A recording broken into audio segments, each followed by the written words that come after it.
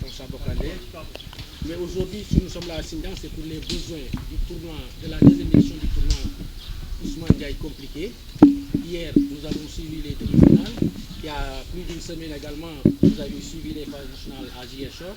Globalement, quelle appréciation faites-vous du niveau de jeu dans le cadre du mouvement navétane? D'abord, comme on le dit au Sénégal, on dit Sénégal, on dit Gal, on dit pirogue. Vous savez, la pirogue, quand tu mets la pirogue dans l'eau, elle s'en va. Pour parler un peu généralement de ça, au Sénégal, il y a du talent partout. Ouais, talent partout. Maintenant, la différence, c'est au niveau de la prise en main, au niveau du travail, et ensuite de l'environnement et de la motivation.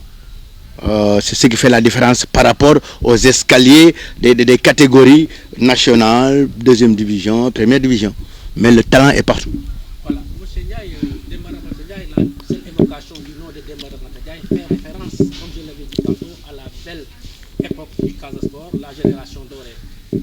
Ndiaye, pouvez-vous nous conter la jeunesse de ces temps de finale que vous avez avec cette équipe du Casa Sport? Ouais, pour revenir à cette génération rapidement, en survol, c'était une bande de copains.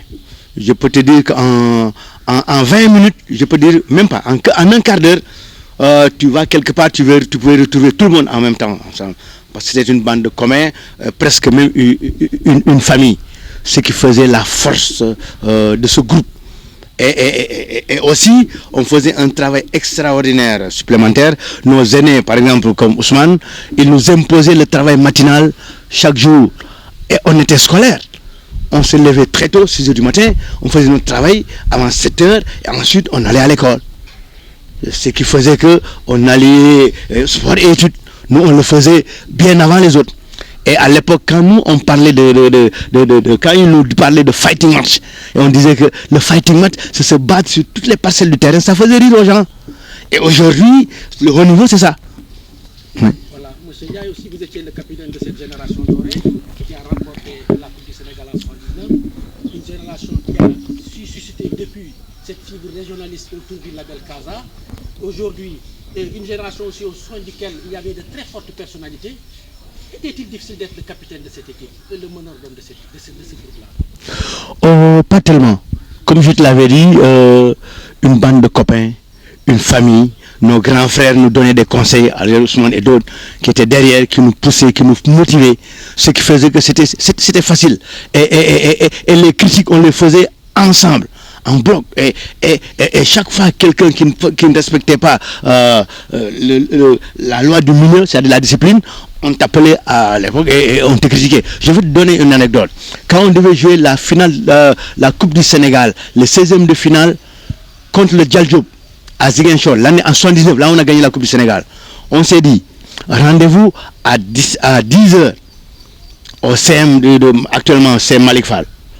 10 h pour aller au regroupement à l'EATF à Djibelor. Départ 10 h 15. Tout le monde était là à 10 h 15. Heure de départ, Bocandé et Bassirou Ndiaye n'étaient pas là. On a dit, discipline, on va. On a dit, qu'est-ce qu'on fait? Non, l'heure c'est l'heure, on part. On démarre, au moment où on démarrait, eux ils arrivaient en taxi. On est arrivé à Djibelor avant eux. On garde le véhicule du bus et ils arrivent en taxi. On a dit à l'entraîneur Boukar, dis à tes deux gars là de rentrer, ils ne vont pas jouer notre match de demain. Ils sont restés. Demandant pitié, l'entraîneur est venu voir les gens, on a dit non, ils ne vont pas jouer. Et on est parti en aimant pour jouer le Djaldjob. Ils n'étaient pas sur la liste de jeu, les deux là. La liste de match, la feuille de match c'était 16 jours, on était parti à 14. Tu t'imagines à l'époque, sans Bocandé et Bassirou Ndiaye. Heureusement pour nous, Djaldjob n'était pas venu, c'était le forfait. Et ce qui a renforcé la rigueur, la discipline et l'heure depuis ce jour-là. Vous avez vu l'impact? Aujourd'hui, ça ne peut pas se faire. Voilà, c'est donc élu de telle qualité, de telle valeur Oui. que vous incarnez tous, que vous avez pu hisser le cas Oui. du football sénégalais, pour avoir été aussi l'entraîneur sénégalais le plus titré ces 10 dernières années. Quel est le secret de ces résultats, de ces réussites, de ces performances? Vous savez, on a eu la chance, nous, quand on jouait, à l'époque, le ministère de la Jeunesse affectait dans les régions des directeurs techniques. des entraîneurs de haut niveau qui faisaient 2 ans et ça bougeait un peu partout. C'est que nous, à l'époque, on a eu la chance, presque la majeure partie de ces entraîneurs ont sillonné la région. Certains étaient petites catégories de terrain, ce qui fait que on a eu la chance de voir plusieurs entraîneurs passer devant nous et plusieurs techniques d'entraînement et méthodes de jeu passer devant nous, ce qui fait que chaque fois qu'on venait dans un match, quelle que soit la tactique que l'adversaire va placer, mais même on lit, ce qui fait que le dernier à passer et à payer les pots, c'était Feu Madi Kouyaté, excusez-moi. Quand la police montait en première division et devait descendre à Ziguinchor pour le premier match d'ouverture de la saison, après avoir gagné le Giraffe 3-0, la Gendarme 3-0 en finale du tournoi Parlement, première journée à Ziguinchor, le Casa Sport venait de monter. Ils pensaient qu'ils allaient écraser les gens. Madi Kouyaté les avait dit, attention, j'étais directeur technique régionale l'année passée, ces années à Ziguinchor, je connais les garçons que vous allez rencontrer. Les gens ne l'ont pas entendu, ne l'ont pas compris. Mais quand on les a battus 2-0, il l'a dit à la rue, il a dit, je les avais avertis, je savais le potentiel qui était là pour les avoir entraînés, mais ils n'ont pas compris. Et depuis lors, là où on rencontre la police, quelle que soit la méthode, la stratégie que Koya a menée, il nous l'avait déjà appris. On connaît ce qui se faisait notre fort. Voilà. Voilà, monsieur Demba Ramata, vous l'avez dit, vous étiez un groupe soudé, ce qui faisait votre force. Ce qui aussi vous a valu vraiment de mener le Casa, comme je l'ai dit tantôt, au firmament du football sénégalais, pour avoir été l'homme sénégalais le plus titré ces 10 dernières années. Et pourtant, M. Ndiaye, les dirigeants du Casa ont jugé nécessaire de se séparer. D'emblée, cette décision se justifie-t-elle selon vous? Non, mais ils n'ont pas compris. Vous savez, l'entraîneur, un entraîneur, c'est la planification, la programmation, le futur. Si vous regardez bien, depuis 3 ans, avec le Casa, vous ne me voyez pas coacher. Rarement, je me lève sur le banc pour parler. Je me lève que s'il y a danger. Je laisse les autres faire. Et vous, journalistes, vous êtes même partis jusqu'à dire que je refuse de parler à la presse. Moi, je préparais la transition. Ce match, c'est Ibou Diarra qui parle. L'autre match, c'est Simon qui parle. Parfois, un match, vous voyez Simon coacher. Je préparais la transition. Je me dis, dans 3 ans, je vais aller en palier supérieur pour pouvoir préparer quelque chose. Ils n'ont pas compris. Ils n'ont pas compris. Et chaque fois, les journalistes disaient, je refuse de leur parler. Moi, un entraîneur, c'est la planification, c'est la programmation pour le futur. Ils n'ont pas compris. S'ils étaient venus me voir, s'ils avaient même attendu mon rapport de fin d'année, ils allaient voir projection, prospection, ce qu'il faut améliorer, ce qu'il faut faire et ce que je pense de l'avenir du club. Ils n'ont même pas attendu le rapport de fin d'année pour prendre des décisions. Évidemment, pas l'heure, c'est le président qui n'a pas attendu le rapport. Voilà, c'est vraiment dommage. Vous n'avez pas l'impression que les performances que vous avez réalisées ces 10 dernières années que vous avez... Je m'explique, parce que le Casa était arrivé à un stade où ne pas gagner un trophée, 1 voire 2 ans, était considéré comme un échec par les supporters. En fait, tout à fait, c'est une arme c'est une arme, c'est ce qu'on appelle le boomerang. C'est parti, c'est revenu contre moi encore. C'est une pure réalité. Mais aussi, ils n'ont pas eu sur l'idée perspicace de vision du groupe qui est là, qui est installé là.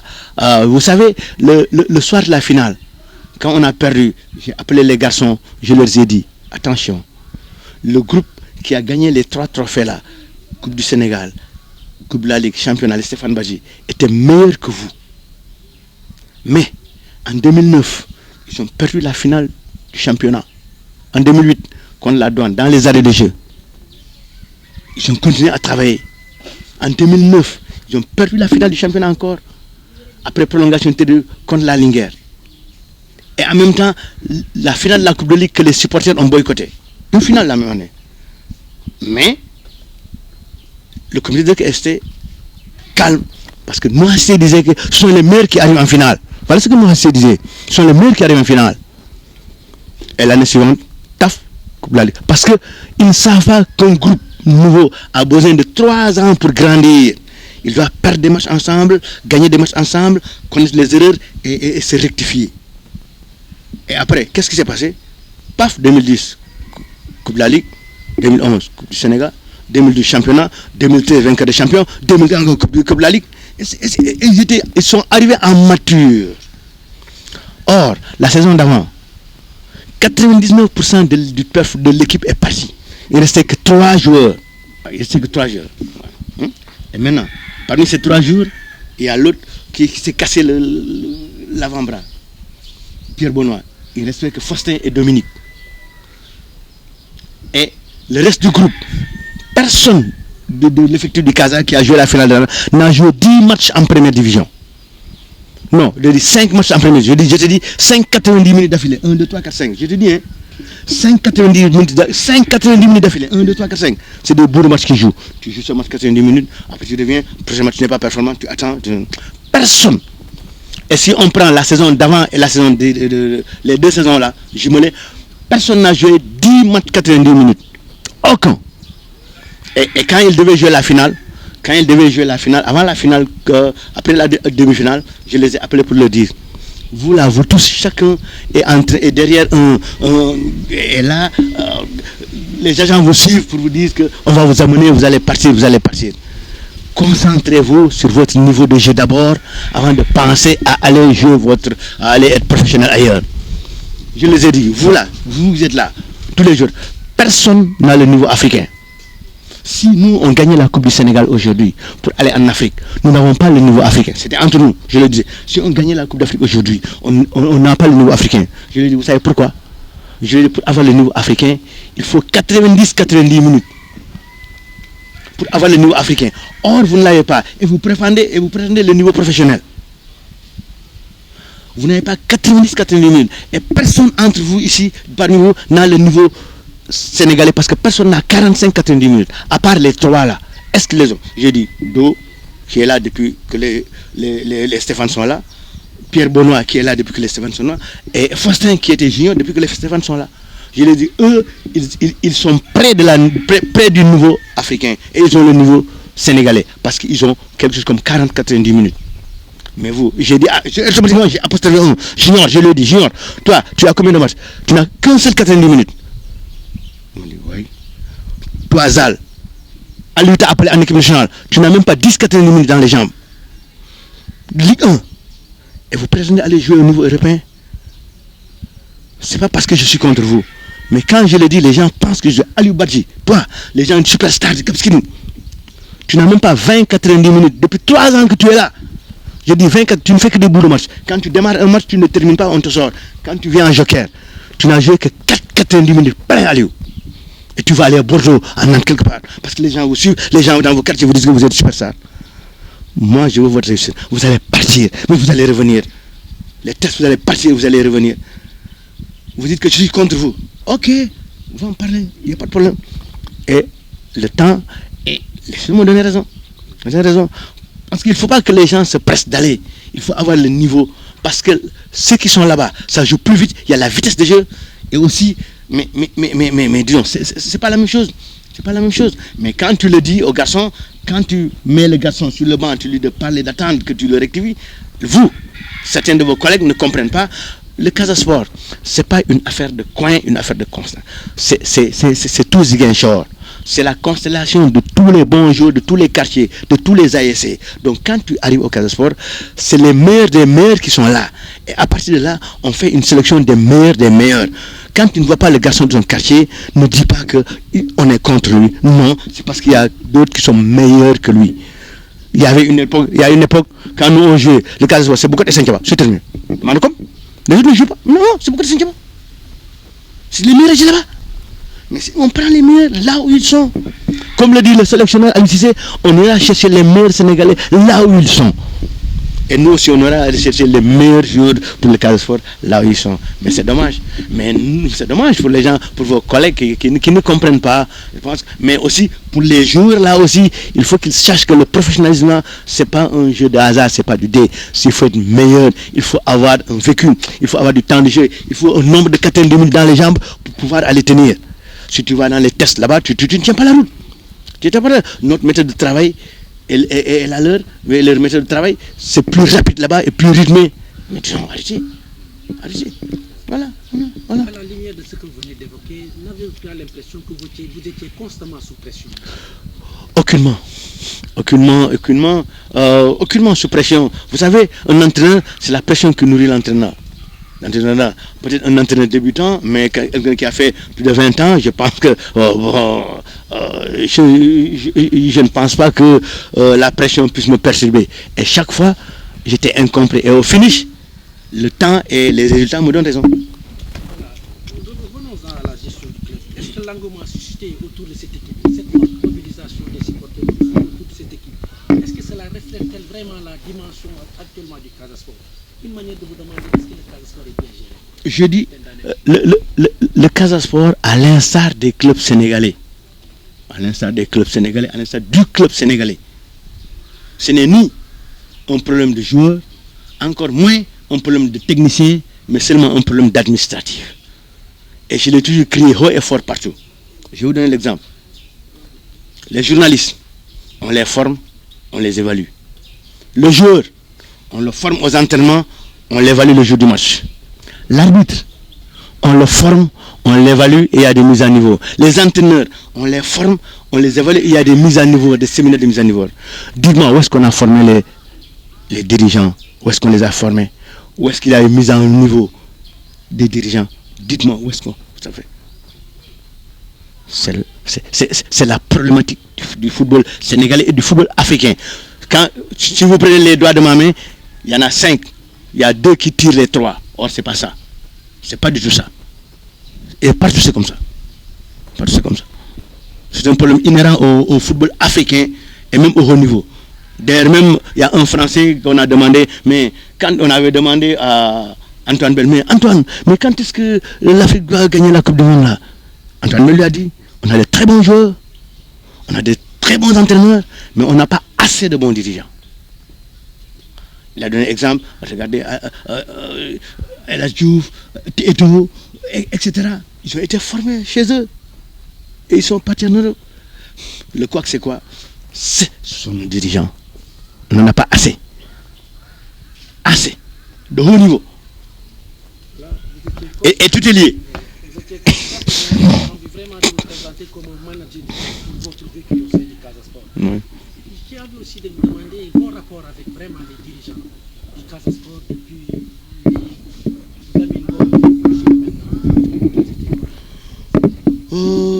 il y avait une collaboration. À l'époque, nous, on jouait, il y avait une collaboration étroite avec les administratifs. Wow. On était au diapason de tout ce qu'ils faisaient, là où ils mettaient le pied et ce qu'ils devaient faire. Ce n'est pas le cas maintenant. Je vais vous donner des exemples patents.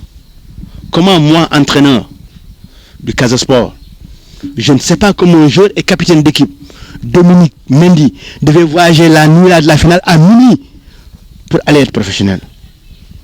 Il n'allait pas jouer. Il n'allait pas jouer. Il n'allait pas jouer. Moi, entraîneur, je ne sais pas comment un capitaine à minuit va voyager. Et notre match contre la Linguère, là où on a perdu le championnat à Ziguinchor, je ne savais pas qu'Aliou Badji, avançante, le lendemain devait aller à Bordeaux pour aller faire ses tests. Il a eu 2 balles d'occasion pour mettre le pied, il a fui éviter les pénaltys. Je vais te donner 2 exemples. Quand on gagnait Djambar pour prendre le championnat, Djambar à Sali, on avait besoin d'une victoire, non? Djambar avait besoin d'un match nul. Paul-Émile Tendin, tu connais? Meilleur joueur du Casa Sport. Pape Sané, c'était le meilleur buteur du championnat. Paul-Émile Tendin devait voyager la nuit là. Je lui ai dit, Samarak, doit jouer sur mon équipe. Après le briefing à 20h, à 22h, il vient. Coach, ouais, teg ma si banc bi rek en cas de waya yooyu ma ñëw ma ne ko sama rek doo jouer da ngay tukki si ëllëg. Pape Sané, toi, ton club a dit que ñu bàyyi la fi ba semaine prochaine. Donc, tu vas être sur le banc et tu vas attendre en cas de waya yooyu tu viens. Les gens me disent, mais Pape, c'est le meilleur buteur du championnat. Sama gis ngeen gars yi dañuy tukki bàyyi nañ suñu équipe seen xel fële la nekk. On va aller sans ces gars-là. Parce que l'administration m'avait averti.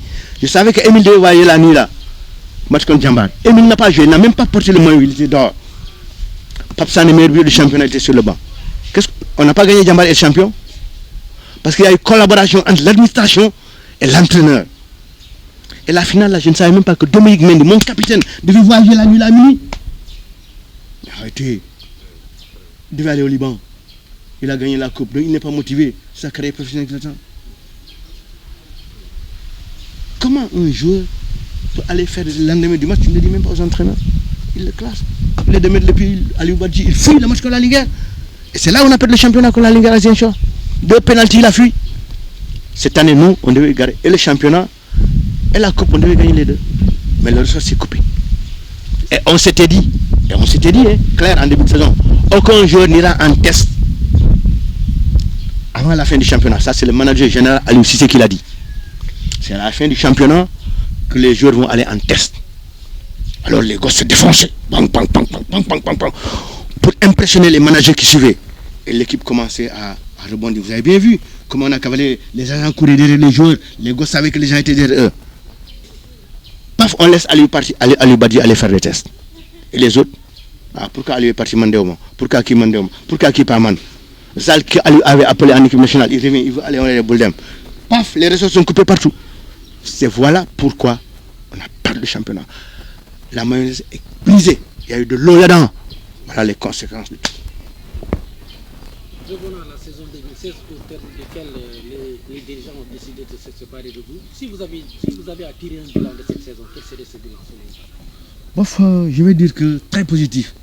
Parce que quand ils sont venus en préparation hivernale, ils ont vu l'équipe.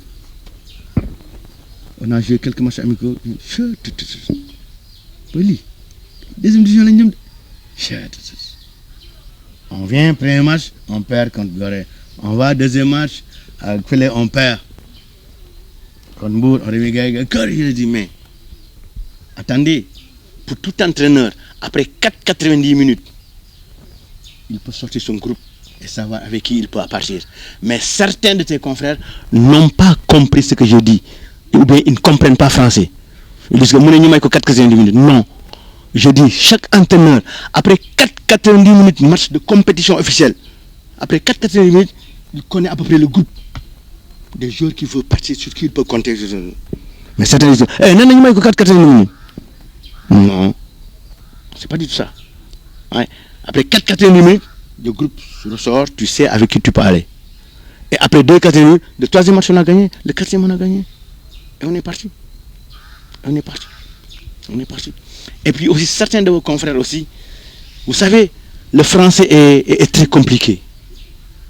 C'est un langage universel.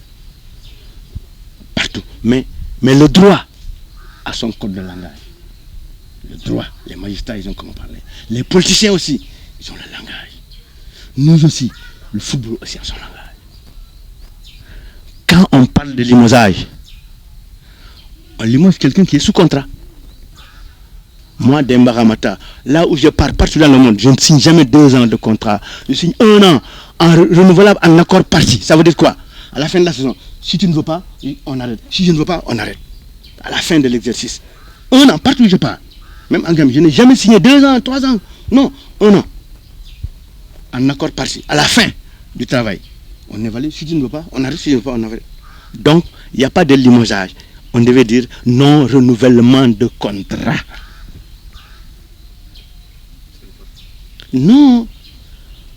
Non, vous savez, on utilise des mots, certains de vos confrères disent des mots qu'ils ne maîtrisent pas, ils ne savent pas. C'est pas ça, il faut aller vous informer d'abord.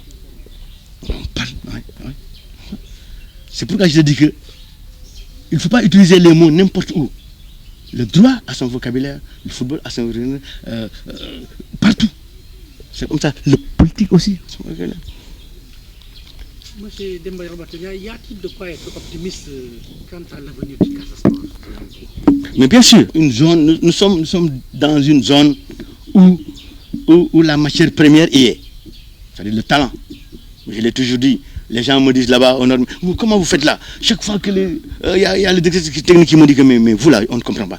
Chaque saison là, vous amenez des gens que personne ne connaisse. Quand le gauche joue, on dit mais il vient d'où là? On ne sait pas. Mais les autres équipes, quand le gauche joue, on dit qui non, il était à Dialdiop, il était à Saint-Louis. Mais vous, quand vous venez, on dit on ne connaît pas. Je lui dis que nous là-bas, les joueurs c'est comme les feuilles de manguier là, il y en a tellement. Bateau Dem, bateau Costé, je l'ai toujours dit. C'est pas le talent qui manque, mais seulement il y a l'environnement aussi qui doit suivre la prise en main et aussi les moyens. Mais chez nous là-bas, on en a. Une manière de revenir à la charge, est-ce que l'avenir du cas, y a-t-il de quoi être optimiste par rapport à la gestion du club? Ah, ça, bon, peut-être, oui, bon, ça. Compte tenu de ce que vous venez d'évoquer, votre séparation avec le club, les utiliser, la préparation de cette finale. Ah, ça c'est. Ah bon, on n'oublie pas le football business que plutôt que par la résultante finale. Bon, ça, bon. À chacun, c'est ce qu'on dit dans le jargon olof, hein.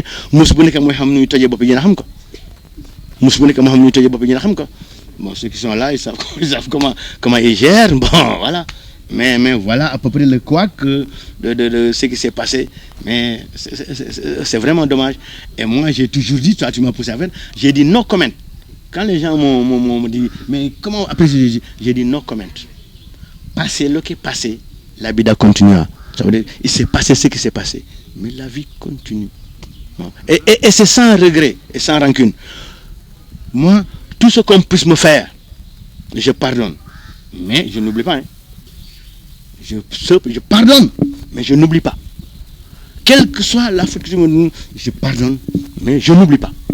Voilà. Et quelle sera votre relation avec ce club dont je disais que vous avez un certain amour filial avec ce club-là. Aujourd'hui, la saison prochaine, Ramatan sera plus sur le banc.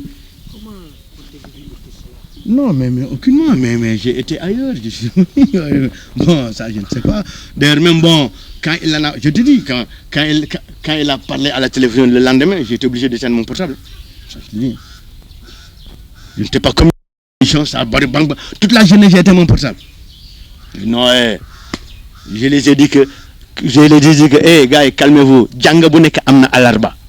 Chaque travail a repos, en repos. Demande repos. Secondaire, Djanga Bouneka amna alarba. Je vais travailler toute la semaine et ne pas avoir mes jours de repos.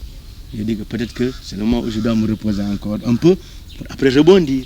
Voilà ce que j'ai dit. Vous avez évoqué Ablaye Diaw, le grand reporter sportif qui est une référence mondiale en la matière. Oui. Il a dit vraiment que limoger Ramatan est une grande erreur parce que Ramatan devait être comparé même à Alex Ferguson. Quel sentiment avez-vous de cette image, de cette vision d'Ablaye Diaw? Peut-être que c'est un peu gêné. Oui, moi, tu sais Ferguson. Il a fait plus de 25 ans avec cette équipe d'Angleterre, parce qu'une trentaine d'années. Il voulait partir, on lui a dit non, il a dit au gars, écoutez, j'ai de la famille, de grâce, laissez-moi aller m'occuper un peu de ma famille. Ouais. Bon, peut-être que lui aussi, parce qu'il sait que bon, un entraîneur, peut-être qu'il a fait allusion à Ferguson, il a fait allusion à Giroud avec Auxerre. Oui, bon, ça aussi, une identité qui se remarque par rapport à l'individu qui est là-bas. Bon, il en parle, bon, ça c'est autre chose, mais maintenant, le lait est tiré, il faut le boire. Mais concrètement, compte tenu de tout votre vécu au Casa Sport, est-ce que cette décision est juste? Ah, ça, ce sont aux autres de juger. Tu sais, tu ne peux pas être au banc des accusés, juge, avocat, huissier de justice, et c'est moi qui suis sur le banc des accusés. À vous de le dire, ouais. À vous de le dire, Et pourtant, en début de saison, personne ne misait un iota sur ce groupe-là. Même toi, tu étais venu une fois me dire, mais grand, affaire de ligue bi métier parce que joueurs yi nga yor là, man ko wa c'est sama rek wax nga deug de. Joueurs yi ma yor dal ay ciune lañ. Je t'ai dit en toi et moi, il faut que ñu liggéey bu baax. Je t'ai dit. On a commencé à partir. On a pas sorti. Eux, ils disaient que nañ fexe daal bu ñu wàcc. C'est qu'ils disaient, nañ fexe bu ñu wàcc. Mais voilà.